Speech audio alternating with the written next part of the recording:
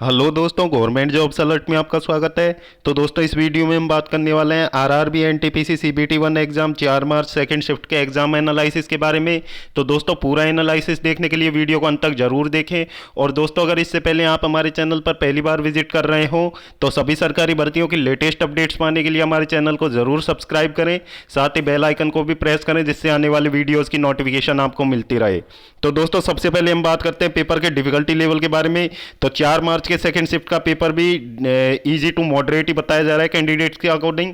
और दोस्तों, अगर यहाँ पे हम बात करें पार्ट वाइज तो यहाँ पे जीके में से करंट अफेयर्स के 4 से 5 क्वेश्चन से पूछे गए हैं। और साइंस की बात करें तो साइंस के भी 4 से 5 क्वेश्चन यहाँ पे पूछे गए हैं। बाकी सारा स्टैटिक जीके से लिया गया है सारा पोर्शन, और हिस्ट्री से भी यहाँ पे अच्छे खासे क्वेश्चन पूछे गए हैं। दोस्तों, मैक्सिमम क्वेश्चन यहाँ पे रिपीटेड भी हैं, तो आप पुरानी शिफ्टों के एग्जाम एनालिसिस को जरूर देख लें क्योंकि वहां से भी काफी ज्यादा क्वेश्चन पूछे जा रहे हैं।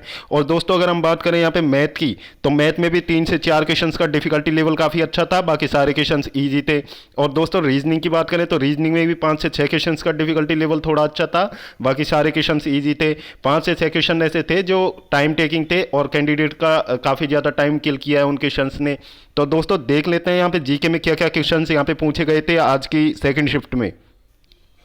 तो दोस्तों, यहाँ पे पूछा गया था, पहला क्वेश्चन था कि हेमेटाइट लोहे की सर्वाधिक मात्रा भारत के किस राज्य में पाई जाती है। तो दोस्तों, सबसे ज्यादा हेमेटाइट लोहे के भंडार भारत के किस राज्य में पाए जाते हैं। तो दोस्तों, ओडिशा इसका सही आंसर हो जाएगा। ओडिशा में सबसे ज्यादा हेमेटाइट लोहे के भंडार पाए जाते हैं। अगला क्वेश्चन दोस्तों रिपीटेड क्वेश्चन है ये। इंडियन नेशनल कांग्रेस के किस अधिवेशन में गांधी जी ने असहयोग आंदोलन व खिलाफत आंदोलन का प्रस्ताव रखा था। तो दोस्तों, रिपीटेड क्वेश्चन है, पहले भी पूछा जा चुका है कि कलकत्ता अधिवेशन वह अधिवेशन था जिसमें गांधी जी ने असहयोग आंदोलन व खिलाफत आंदोलन का प्रस्ताव रखा था। और दोस्तों, कलकत्ता अधिवेशन हुआ था सन 1920 में हुआ था। यह भी नोट करने लायक बात है क्योंकि यह भी पूछा जा सकता है कि कलकत्ता अधिवेशन कब हुआ था। सन 1920 यहाँ पे आंसर हो जाएगा। अगला क्वेश्चन दोस्तों पूछा गया है कि उपरोक्त में एजुकेशन से संबंधित कौन सी साइट नहीं है। तो 4 साइट दी गई थी, उनमें से पूछा गया था कि एजुकेशन से संबंधित कौन सी नहीं है। तो दोस्तों, ncrt.com यह एजुकेशन से संबंधित है। ignu.com दोस्तों ये भी एजुकेशन से संबंधित है। nios.com दोस्तों ये भी एजुकेशन से संबंधित है। लेकिन जो sbi.com है वो यहाँ पे बैंकिंग क्षेत्र से संबंध रखती है, इसलिए एजुकेशन से संबंधित नहीं है, इसलिए SBI यहाँ पे सही आंसर हो जाएगा। अगला क्वेश्चन दोस्तों, अकबर का राजस्व मंत्री कौन था। दोस्तों, ये भी रिपीटेड क्वेश्चन है, बहुत बार पूछा जा चुका है। अकबर का राजस्व मंत्री यानी कि जो फाइनेंस मिनिस्टर था अकबर का, तो वो कौन था। तो दोस्तों, टोडरमल यहाँ पे अकबर के राजस्व मंत्री थे। अगला क्वेश्चन दोस्तों, विश्व बाघ दिवस कब मनाया जाता है। तो दोस्तों, ये भी क्वेश्चन बहुत ही इंपॉर्टेंट है, आगे की शिफ्टों में पूछा जा सकता है कि विश्व बाघ दिवस कब मनाया जाता है। तो दोस्तों, प्रतिवर्ष 29 जुलाई की डेट को विश्व बाघ दिवस वर्ल्ड टाइगर डे यहाँ पे मनाया जाता है। अगला क्वेश्चन दोस्तों 2018 के करंट अफेयर से पूछा गया था कि राजीव गांधी खेल रत्न पुरस्कार था 2018 का, वो किस खिलाड़ी को दिया गया था। तो दोस्तों, विराट कोहली को यह पुरस्कार दिया गया था सन 2018 में, यानी कि 2018 के करंट अफेयर से भी यहाँ पे क्वेश्चन पूछे जा रहे हैं। तो राजीव गांधी खेल रत्न पुरस्कार 2018 का, विराट कोहली यहाँ पे सही आंसर हो जाएगा। अगला क्वेश्चन दोस्तों, ये रिपीटेड क्वेश्चन है, पहले पूछ लिया गया था कि IMF इंटरनेशनल मॉनेटरी फंड इसका मुख्यालय कहाँ पे स्थित है। तो दोस्तों, ये भी क्वेश्चन पहले भी पूछा जा चुका है और अब भी पूछा गया है कि IMF का मुख्यालय कहाँ पे है। तो दोस्तों, वाशिंगटन DC में इसका मुख्यालय है और रिपीटेड क्वेश्चन है और आगे की शिफ्टों में भी पूछा जा सकता है। अगला क्वेश्चन दोस्तों, उपरोक्त में से कौन सी मिसाइल जमीन से संबंधित नहीं है। तो कौन सी मिसाइल है जो जमीन से संबंधित नहीं है। तो यहाँ पे 4 ऑप्शन दिए गए थे दोस्तों। पहला था अग्नि, दोस्तों ये जमीन से संबंधित मिसाइल है। अगला था धनुष, तो दोस्तों ये भी जमीन से संबंधित है। और अगला था पृथ्वी, ये भी जमीन से संबंधित है। लेकिन जो आकाश मिसाइल है तो ये हवा से हवा में वार करने के लिए ये मिसाइल बनाई गई थी, तो ये जमीन से संबंधित नहीं है, तो आकाश इसका सही आंसर हो जाएगा। अगला क्वेश्चन दोस्तों, टिस्को की स्थापना, जो टाटा स्टील कॉर्पोरेशन है उसकी स्थापना कब हुई थी। तो दोस्तों, सन 1907 में इसकी स्थापना हुई थी। और इंपॉर्टेंट क्वेश्चन है आगे आने वाली पारियों के लिए कि टिस्को की स्थापना कब हुई थी, सन 1907 में। अगला क्वेश्चन दोस्तों, यहाँ पे कॉन्स्टिट्यूशन से रिलेटेड पूछ लिया गया है कि निम्न में से कौन सा मौलिक अधिकार नहीं है।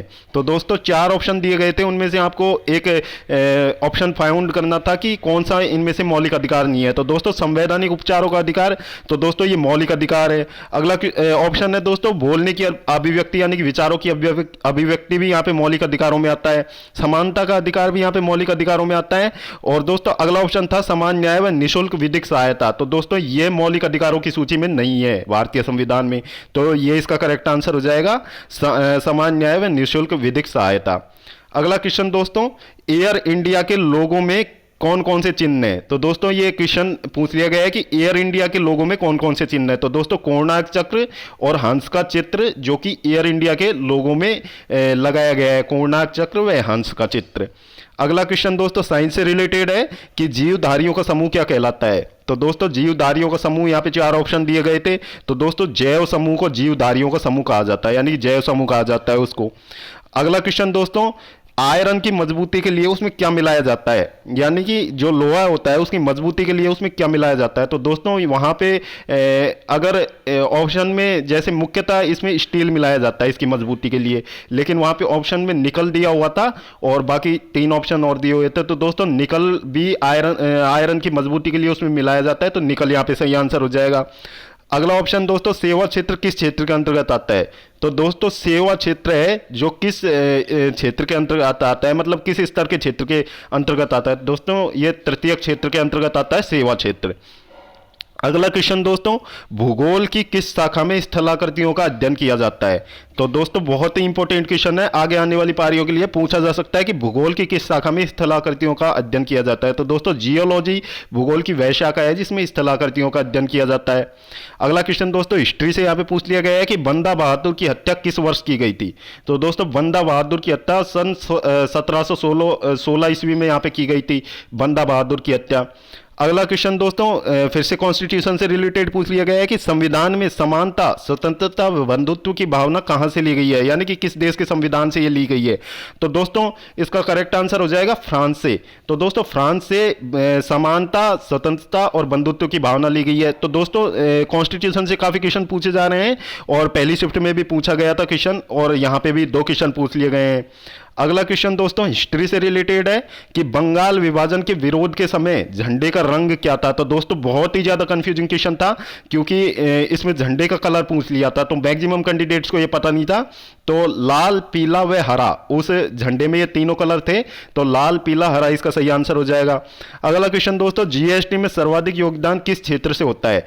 तो दोस्तों किस स्तर का वो क्षेत्र है जिसमें जीएसटी में सर्वाधिक योगदान देता है भारत को? तो दोस्तों तृतीय क्षेत्र वह क्षेत्र है जिसमें जीएसटी में सर्वाधिक योगदान की भूमिका अदा करता है, तृतीय क्षेत्र।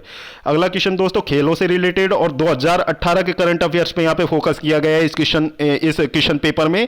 तो 18 के करंट अफेयर से 2 क्वेश्चन यहाँ पे पूछ लिए गए हैं।